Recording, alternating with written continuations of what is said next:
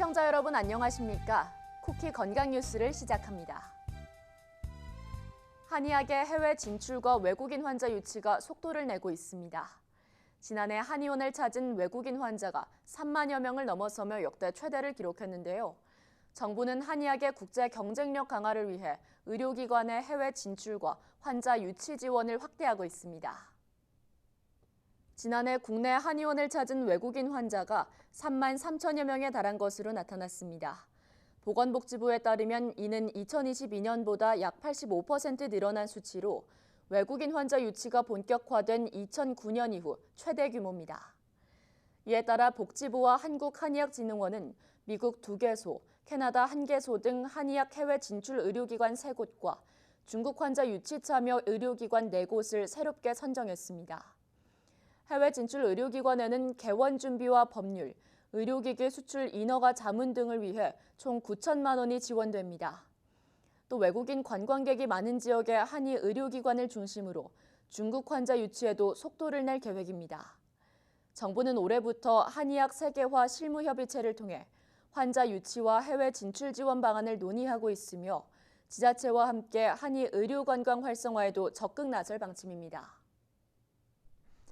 533억 원 규모의 국민건강보험공단과 담배회사 간 소송이 12년째 이어지고 있는데요. 의료계와 보건단체들은 흡연과 암의 인과관계가 명확하다며 사법부가 국민건강과 사회정의를 고려한 판결을 내려야 한다고 촉구하고 있습니다. 국민건강보험공단과 KT&G, 필립모리스, BAT 등 담배회사 간 533억 원 규모의 진료비 청구 소송이 12년째 장기화되고 있습니다. 이 소송은 건보공단이 30년 이상 흡연 후 폐암과 후두암에 걸린 환자 3,465명의 치료비 533억 원을 담배 회사들이 배상해야 한다며 지난 2014년 제기한 건데요.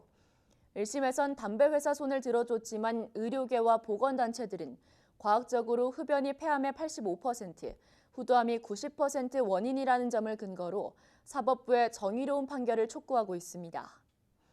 특히 대한폐암학회 등 26개 학회, 국립암센터를 비롯한 보건의료단체들도 흡연 피해를 외면하지 말아야 한다고 주장했습니다. 해외에선 피해자 손을 들어주는 사례도 잇따르고 있는데요.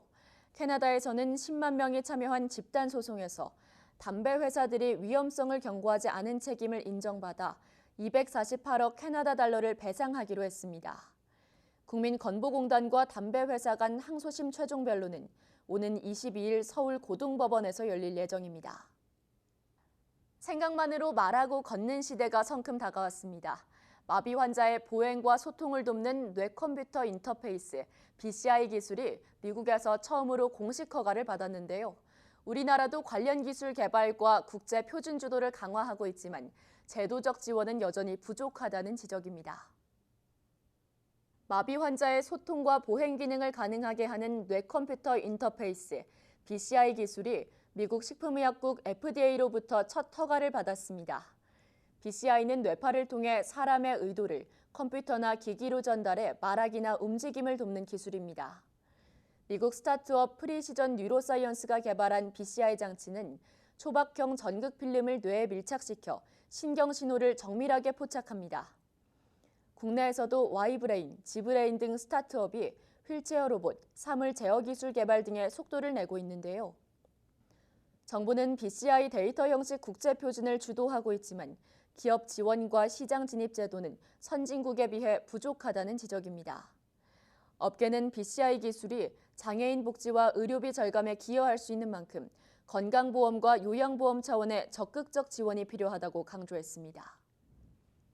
심혈관 질환으로 치료를 받은 환자들은 심장에 무리가 갈까 봐 운동을 꺼리는 경우가 많은데요. 오히려 꾸준한 운동이 재발 위험을 낮춘다는 연구 결과가 나왔습니다. 권준교 서울아산병원 혈관외과 교수팀은 급성 관상동맥 증후군 환자 3만여 명의 운동 습관과 심혈관 질환 재발 위험을 약 7년간 추적 관찰했는데요. 그 결과 진단 전과 후 꾸준히 중강도 이상 운동을 한 그룹은 운동하지 않은 그룹보다 질환 발생 위험이 13% 낮았습니다. 중강도 이상 운동은 빠르게 걷기, 자전거 타기, 가볍게 뛰기 등을 주 1회 30분 이상 시행한 것을 의미하는데요. 진단 이후 새롭게 운동을 시작한 그룹도 위험이 9% 줄었지만 운동을 중단한 경우는 운동을 전혀 하지 않은 그룹과 비슷한 것으로 나타났습니다. 이는 운동을 꾸준히 하지 않으면 아예 운동하지 않은 것과 마찬가지로 질병 발생 위험도가 올라갈 수 있다는 의미로 해석되는데요.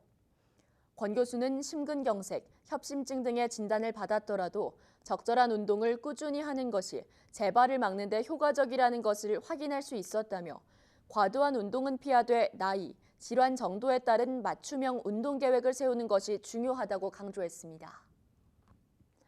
젊을 때, 특히 30세 이전의 비만이 되면 조기 사망 위험이 2배 가까이 높아진다는 연구 결과가 나왔습니다. 전문가들은 청년기 비만 예방이 무엇보다 중요하다고 강조합니다. 최근 스페인에서 열린 유럽 비만학회 총회에서 발표된 스웨덴 룬드대 연구팀 보고에 따르면 만 30세 이전에 비만이 됐던 사람의 조기 사망률은 건강 체중을 유지한 사람들보다 남성은 79%, 여성은 84% 더 높게 나타났습니다. 특히 17세에서 29세 사이가 핵심적 생애 단계로 이 기간에 암, 제2형 당뇨병, 심장병 등의 향후 질병을 예방하기 위해 날씬함을 유지하는 것이 매우 중요하다고 강조했는데요. 45세 이후 비만이 될 경우 조기 사망 위험 증가폭은 25% 수준에 그쳤습니다. 연구팀은 젊은 시절 체중이 조금만 증가하더라도 오랜 기간 과도한 지방 노출로 이어져 조기 사망 위험을 높인다고 경고했는데요. 전문가들은 패스트푸드와 가공식품 소비 증가로 청년 비만이 늘고 있다며 정부 차원의 적극적인 예방 대책이 시급하다고 강조했습니다.